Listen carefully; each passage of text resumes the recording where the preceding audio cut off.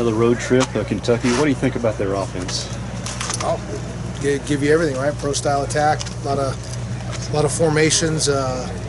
Spread you out, get really condensed, a lot of motions, and obviously some really talented players. I mean, the running back Rodriguez is there's a reason he was an All-SEC guy a year ago, and he's just now, having to miss the first few games. You can tell he's getting back into the swing of things. He's downhill, running the heck out of the ball.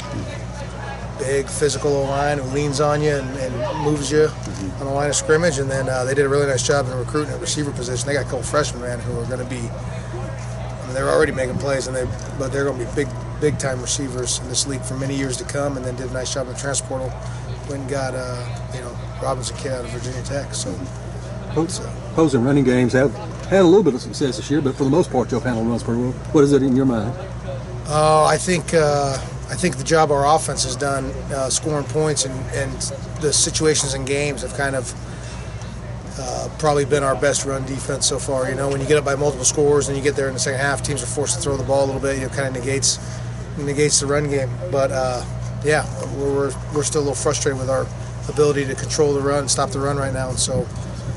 It's a point of emphasis, but it's been a point of emphasis all year and hadn't showed up well enough yet. So we know we're going to get tested with it this week. Sounds like from Mark Stoops on the teleconference today that Will Levis is going to be playing. I guess what do you remember from him last year, and what makes him a potential first-round NFL quarterback?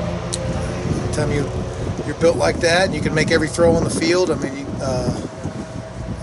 and then he has the ability to pull it down and run and hurt you with his legs. He's not your typical quarterback. He doesn't really look to slide. He looks to jump over you or run through you. But he got a quick release. He put the ball anywhere on the field, and there's certainly a reason why he's projected to maybe be the first quarterback taken in the draft. Your defense created some turnovers last year, and I know you'd love to do that, but you can't really depend on that. How can you kind of keep those guys maybe locked in play by play against an offense like Kentucky? Well, obviously. Everyone talks about generating turnovers. Sometimes those things come because you're in the right position or you're running the ball hard and you can strip a guy and force a fumble. But it comes down to execution. If you want to, everyone loves rushing the passer on third down and getting in exotic looks and bringing pressures or simulating pressures. Well, that means you got to execute and do your job on first and second down. And so, when you're facing a team who's built to run the ball and then obviously play action pass, bootleg. Play action pass, deep shots with a quarterback who can throw it probably 80 yards in the air if he wants to. That's put some serious stress on a defense to defend all of that. And so you got to be really disciplined with your eyes. Obviously, you got to get lined up first, be in the right place, be looking at the right things, and then execute. Coach Spurrier was saying that for them offensively, they more so look at the film from last year's matchup as opposed to Kentucky's game so far this year. I guess what's that like for you guys defensively? Oh well, we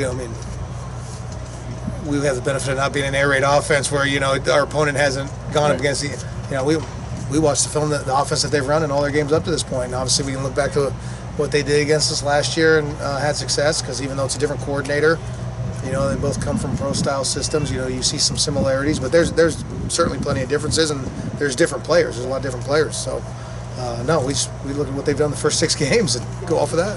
You mentioned some of the plays your team has given up. At the same time, they've been able to bounce back and either play the next play or, after a touchdown, play the next series. What's the resilience this group has to be able to do that?